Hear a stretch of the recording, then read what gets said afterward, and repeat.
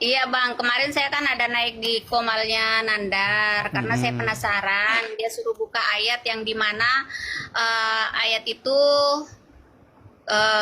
menurut dia Yesus itu berpoligami dan punya istri tiga. Dan saya cari ayat yang dia bilang itu tidak ada. Tapi dia suruh kita mencari dongeng yang dia sekarang sendiri. Karena saya cari, bahkan saya penasaran buka komal, semua pada bilang nggak ada, mana ada.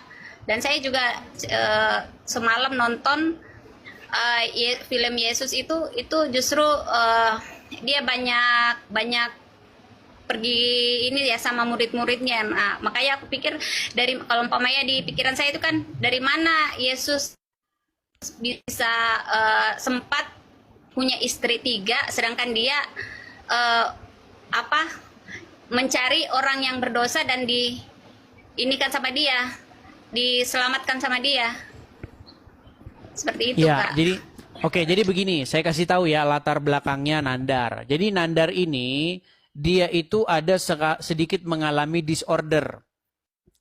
Jadi yang seharusnya ininya di sini agak miring ke sini sedikit nah, ini ya.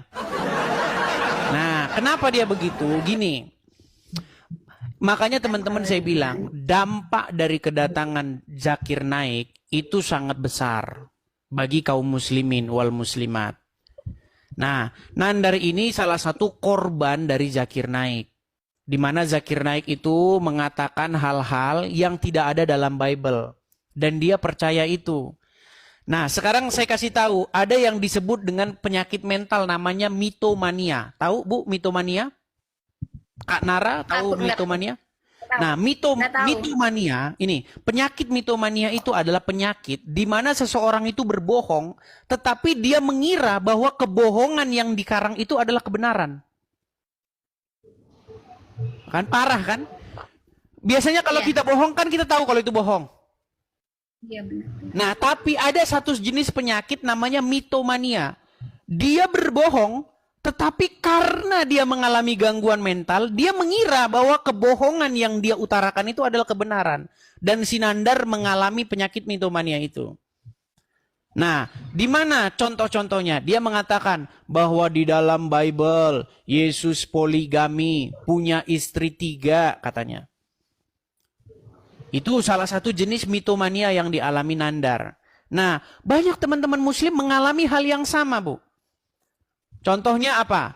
Mereka mengalami mitomania juga bahwa di dalam Bible Yesus tidak disalibkan, tetapi diserupakan. Banyak hal-hal yang lain. Seperti itu. Terus ini bagaimana ini Kak Edis? Kata Selina, dia udah ke Islam. Saya juga udah ke gereja ini pergi belajar kemarin. Ya, Pergi lebih maksudnya kemarin hari hari Minggu ya. Saya coba ke gereja. Pada saat saya di gereja itu saya masuk gemetar Bang Edis. Saya gemetar terus saya tanya sama, kebetulan saya kan sama mantan suami itu kan kayak saudara. Dia masih Kristen ya. Saya sama dia dulu itu 16 tahun tapi saya tetap di agama saya Muslim. Beliau ya di ini artinya saya diajaklah ke gereja kemarin karena itu permintaan saya. Saya di gereja itu cuma mereka berdiri nyanyi, tangan ditaruh di atas, saya juga berdiri. Loh, kok saya kok kayak kedinginan gitu. Itu padahal saya cuma lagu aja tapi saya kayak nangis gitu. Nangisnya itu kayak orang terseduh-seduh ya.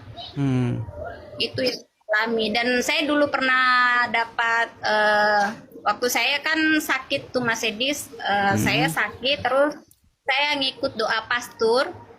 Itu saya berapa hari itu tidak bisa buang air karena memang itu penyakit saya kan penyakit yang kritis ya. Kanker Mas. Itu saya berapa hari tidak bisa buang air. Itu kentut aja itu susah. Buang air itu nggak bisa. Itu ada kurang lebih 1 minggu saya tidak buang air. Pada saat saya didoain, pastor itu berkata, Yesus ada di belakang kamu, tapi saya masih masih tidak terlalu kepikiran ke sana. Pada saat saya didoain dari situ, saya itu tiba-tiba langsung aku hentikan, Pastor, saya boleh izin buang air nggak? Karena berapa hari ini saya tidak bisa buang air. Itu yang saya alami, tapi Ya, saya masih artinya pada saat saya di ya, makanya di dalam kekristenan itu kita itu percaya dengan yang namanya tanda bahwa kita tidak mempercayai suatu yang ngaku-ngaku. Contoh begini, banyak orang ngaku-ngaku saya Tuhan, banyak orang yang ngaku-ngaku saya nabi, tetapi mereka tidak punya tanda.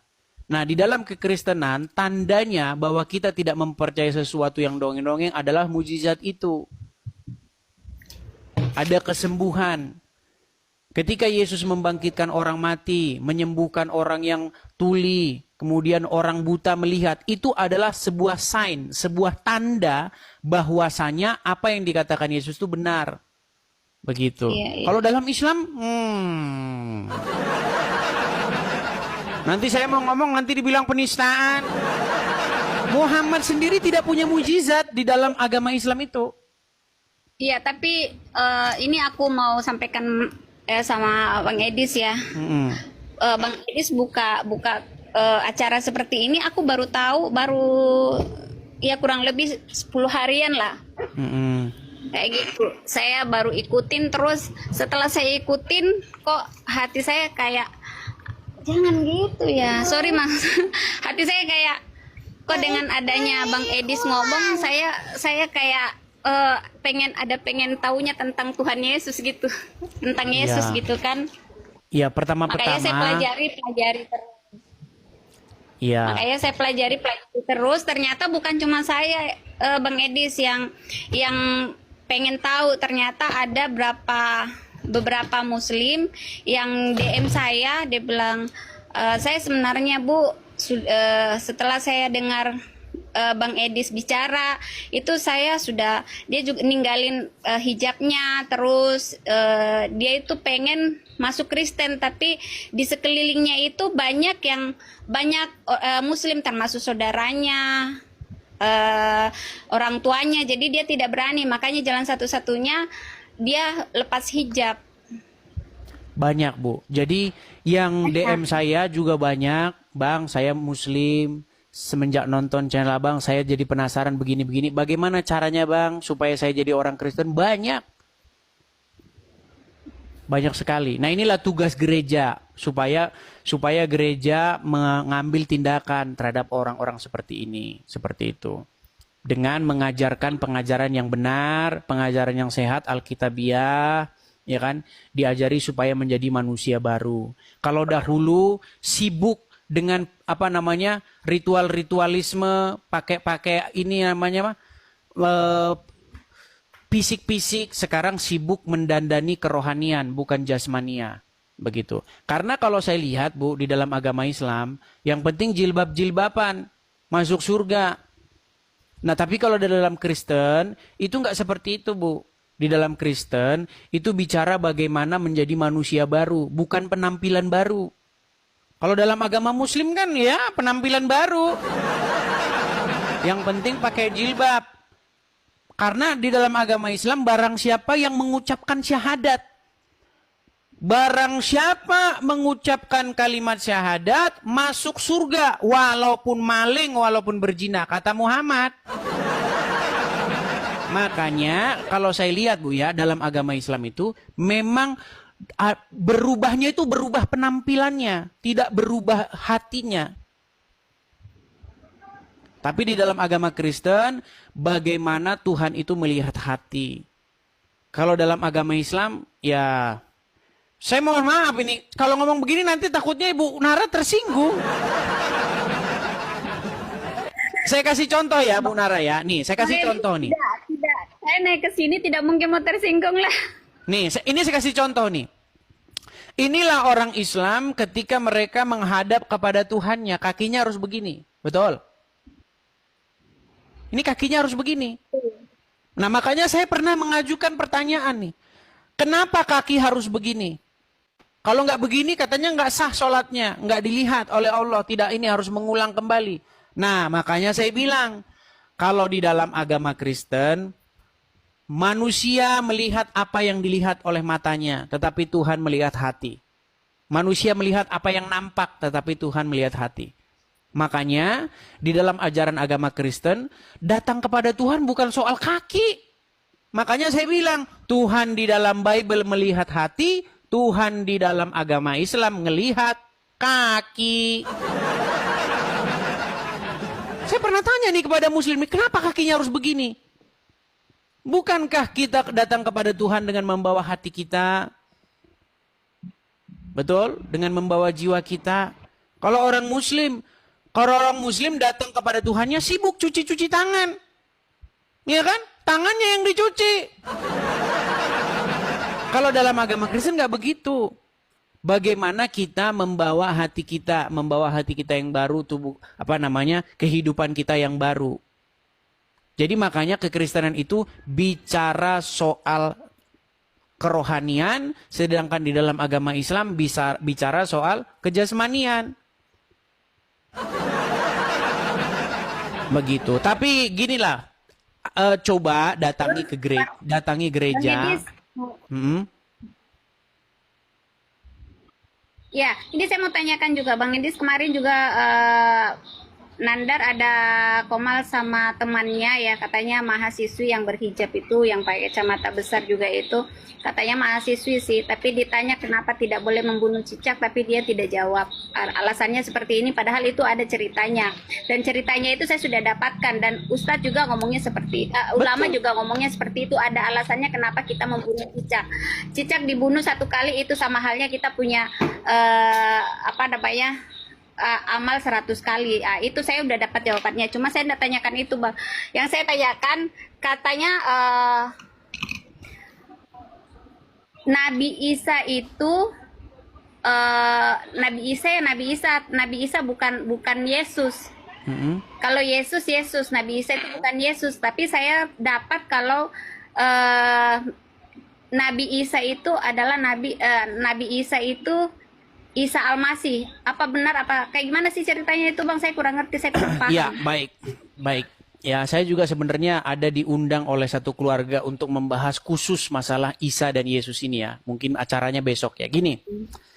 Jadi Isa di dalam Quran itu merujuk kepada sosok anak Maria, dilahirkan oleh seorang perawan, dan ada peristiwa tentang penyaliban, sekalipun yang disalibkan menurut agama Islam bukan Isa, tetapi yang diserupakan. Tapi itu pun debatable, ada yang bilang itu Isa betulan. Jadi muslim masih bingung. Sebenarnya itu ingin merujuk kepada satu sosok, yaitu Yesus. Nah, tetapi maaf beribu maaf, sosok Yesus yang digambarkan oleh Al-Quran itu tidak sesuai dengan Yesus yang sebenarnya. Begitu. Makanya kalau dalam versi bahasa sederhananya, sosok Isa yang digambarkan di dalam Al-Quran itu, menurut agama kami, itu adalah Yesus yang lain.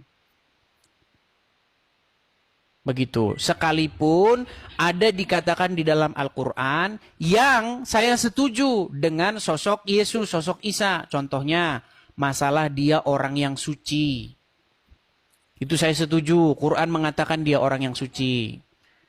Tetapi kalau Quran mengatakan bahwa sosok Yesus atau Isa itu tidak disalibkan, saya tidak setuju. Nah, tetapi umat muslim pun sebenarnya masih berdebat mereka satu sama lain. Ada yang mengatakan, contohnya Zakir Naik. Zakir Naik itu tidak percaya dengan teori penyerupaan itu diganti orang lain. Nggak percaya dia. Dia tetap percaya yang disalib itu tetap Isa. Tetapi Allah membuat atau menyamarkan mata-mata orang yang melihat dia itu seolah-olah mati.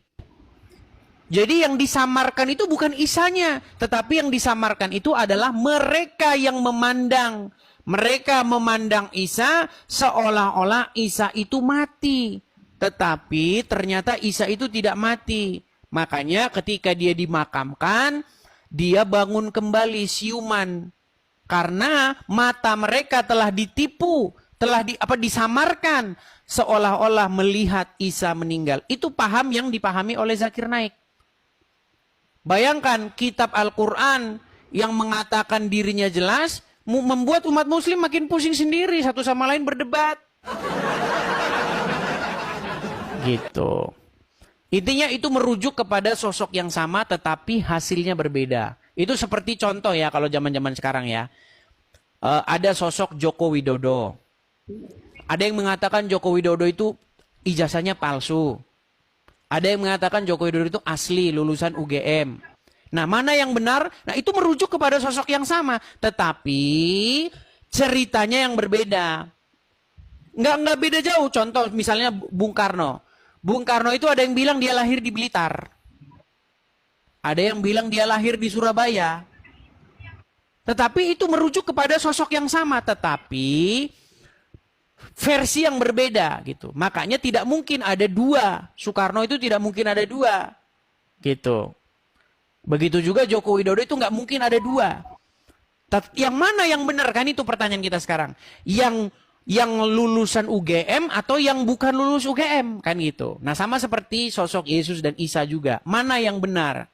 Nah, makanya kita menggunakan kajian-kajian yang bersifat ilmiah dan akademis. Contoh misalnya, sosok Yesus yang digambarkan di dalam Injil itu berasal dari peristiwa kejadian, berasal dari saksi mata.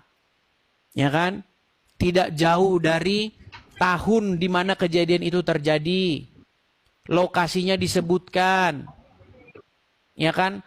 Di mana lahirnya dan seterusnya dijelaskan secara gamblang. Nah, muncul Al-Quran 700 tahun kemudian. Tidak di Israel, tetapi di Arab Saudi. Coba secara logika, mana yang lebih kita terima? Yang diterangkan, yang diutarakan oleh para saksi mata, dekat dari tempat kejadian, dan tahun kejadiannya pun dekat, atau yang diceritakan oleh orang yang 700 tahun kemudian lahirnya. Yang tahunnya jauh sekali dari peristiwanya. Dan tempatnya juga jauh. Begitu. Artinya hukum-hukum logika kita pakai di sini. Bahwa keterangan-keterangan yang bersumber dari jauh-jauh sesudahnya, lokasinya juga jauh, tentu tidak lebih baik daripada yang diceritakan oleh dari tempat kejadian dan oleh para saksi mata. Seperti itu. Iya kan? Sebagai contoh lah misalnya nih, Bu Nara. Siapa yang lebih baik menceritakan tentang Bu Nara? Bukankah keluarga? Bukankah teman-teman? Bukankah orang-orang yang bersama-sama dengan Bu Nara? Pasti keterangan mereka itu jauh lebih baik ketimbang orang yang nanti datangnya 700 tahun kemudian. Baru menceritakan tentang Bu Nara. Bu Nara itu sesungguhnya dia itu adalah namanya adalah Claudia. Dari mana? Kan gitu. Begitu. Dari namanya saja kita sudah tahu kok. Dari namanya saja kita sudah tahu bahwa cerita versi Al-Quran itu tidak akurat. Begitu. Saya kasih contoh ya gini. Orang dulu itu nama-namanya itu punya makna, nggak seperti orang zaman sekarang. Kalau zaman sekarang kan orang nama-namanya udah kebarat-baratan, Rico, ya kan, Joni, nama-namanya kan udah nggak ada maknanya. Tapi orang-orang zaman dulu itu namanya ada maknanya. Nah, apalagi berbicara soal Timur Tengah. Nah, orang-orang di Israel itu kalau memberi nama dia punya artinya. Contoh Yeshua. Yesus itu kan versi Yunani. Yesus itu bahasa Yunaninya. Tapi bahasa aslinya itu Yeshua. Artinya Yahweh menyelamatkan. Nah, muncul di Arab Muhammad. Bilang namanya Isa. Apa Isa itu tanya Muhammad? Mereka nggak tahu. Itu dari nama saja sudah ketahuan gitu loh. Isa itu siapa gitu. Karena dia dikaji secara etimologi, dia nggak ketemu. Gitu.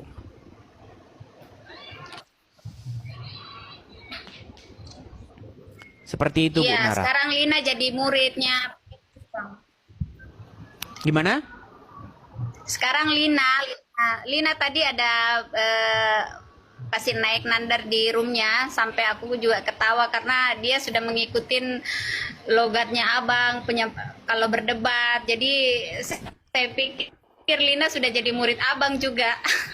Ya, kalau saya sih saya tidak mau menyimpulkan seseorang ya. Kita tidak pernah tahu ya bagaimana. Tapi yang jelas tugas saya itu adalah menyampaikan bahwa Islam itu begini, Kristen itu begitu, begitu. Ya, kalau ada orang menyimpulkan bahwa begini dan begitu, saya berlepas diri.